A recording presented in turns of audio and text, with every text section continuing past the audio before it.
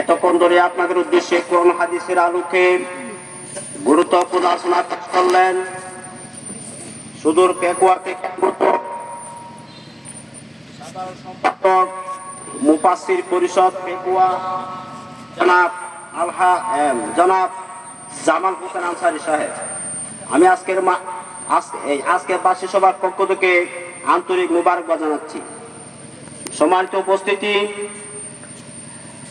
আপনারা এতক্ষণ ধরে যার অপেক্ষায় আছেন আজকের এই বার্ষিক সভার সম্মানিত প্রধান আকর্ষণ সুদূর চট্টগ্রাম থেকে আগত জনাব আলহাজ হযরতে মাওলানা শরীয়তুল্লাহ জিহাদি সাহেব অল্প কিছুক্ষণের মধ্যে আমাদের মাঝে উপস্থিত হবেন।